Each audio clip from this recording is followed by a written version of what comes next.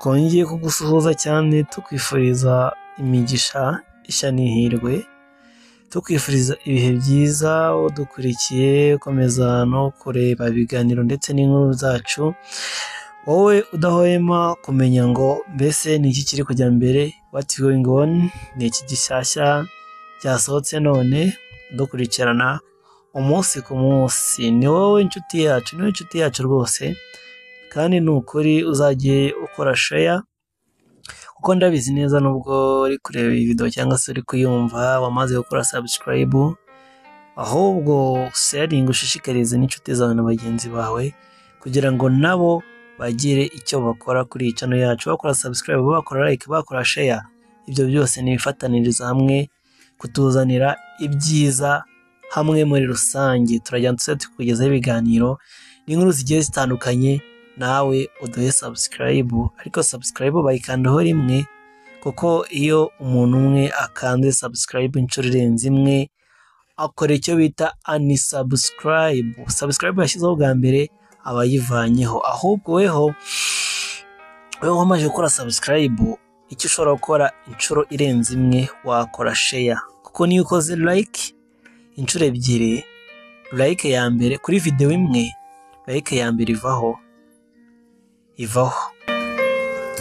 Aha, nuko rero mukorere share nyinshi cyane ariko muduhe n'ibitekerezo byo watanga, ibitekerezo ushaka nawe watanga ibitekerezo birenze 1000, ibitekerezo byo bijyaho nta kibazo rwose. Muduhe ibitekerezo, mutubwire uko mubyumva, mutubwire ibyadufasha, ibyafasha abandi, reka tuba tugira ngo twese dufatanye tugubwe neza mu buryo bumwe cyangwa se ubundi, aribyo dukunze kwita ngo somehow. Tugiye kubwira rero usobanuro bw'izina Sara. Sara ni izina ry'abakobwa rikomoka ku rurimi rw'Igiheburayo, rikaba risobanura igikomangomakazi cyangwa se mu rurimi rw'Icyongereza princess. Ba Sara kandi bakunze no kurangwa no kumenya ukuri ku buryo bworoshye. Bishatse kuvuga ngo ba Sara kugira ngo amenye ikiri kujya mbere, kugira ngo amenye ukuri kuri mu bintu, kuri ibintu byifashe.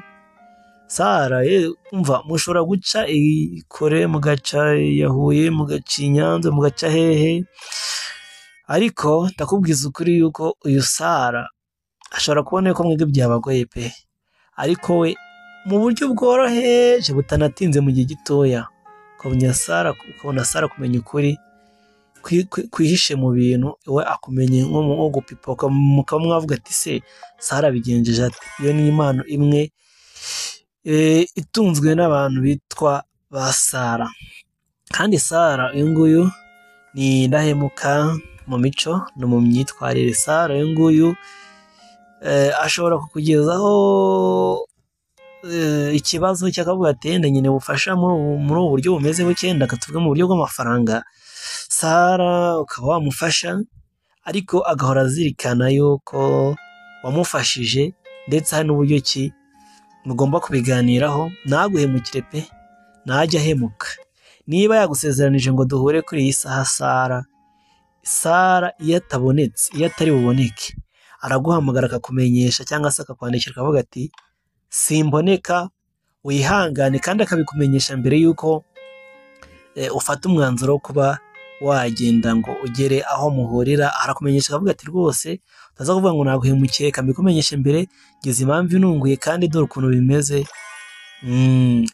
Aha, kandi ikindi Sara ashobora no guhura n'ibyo bibazo bindi, kuko mwari mwapanganye gahunda, akaba ibyo byose yabyirengagiza bitewe n'uko nta ngaruka biri buze kumugeraho, akaba yakuzuza iki gahunda yaguhaye, akavuga ati ndamutse memutse naba nkoze ikosa.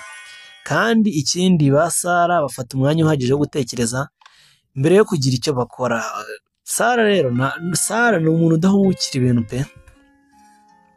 Sara ni umuntu udahubukira ibintu, agomba kubanza gutekereza akavuga ati mbese ibi bintu ndamutse mbikoze nyuma yaho nta ngaruka mbi za kunzaho, icyo bita negative effect.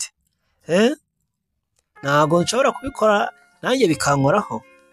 Ibintu byose mbere y'uko abikora, mbere y'uko afata umwanzuro wo kugira icyo akora, abanza gutekereza kabiri.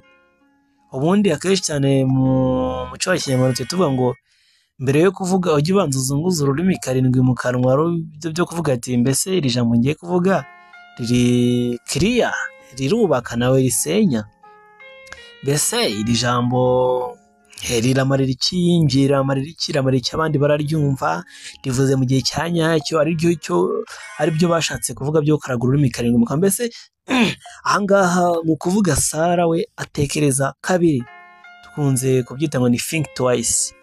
Akoresha brain thinking, akoresha ubwonko, akabanza gutekereza akavuga ati mbese ibintu ngiye kuvuga wagwane, what going on, n'iki jya mbere, meze bite, nagahubuka.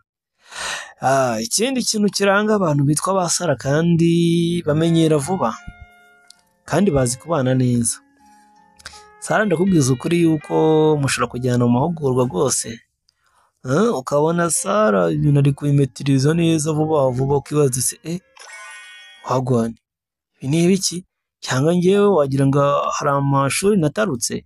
Sara afata vuba mu mutwe, bamenyera vuba. Iyo umweretse ikintu rimwe umva aciryera arabibona akabimetiriza, akavuga ati okay yabigenje gutya.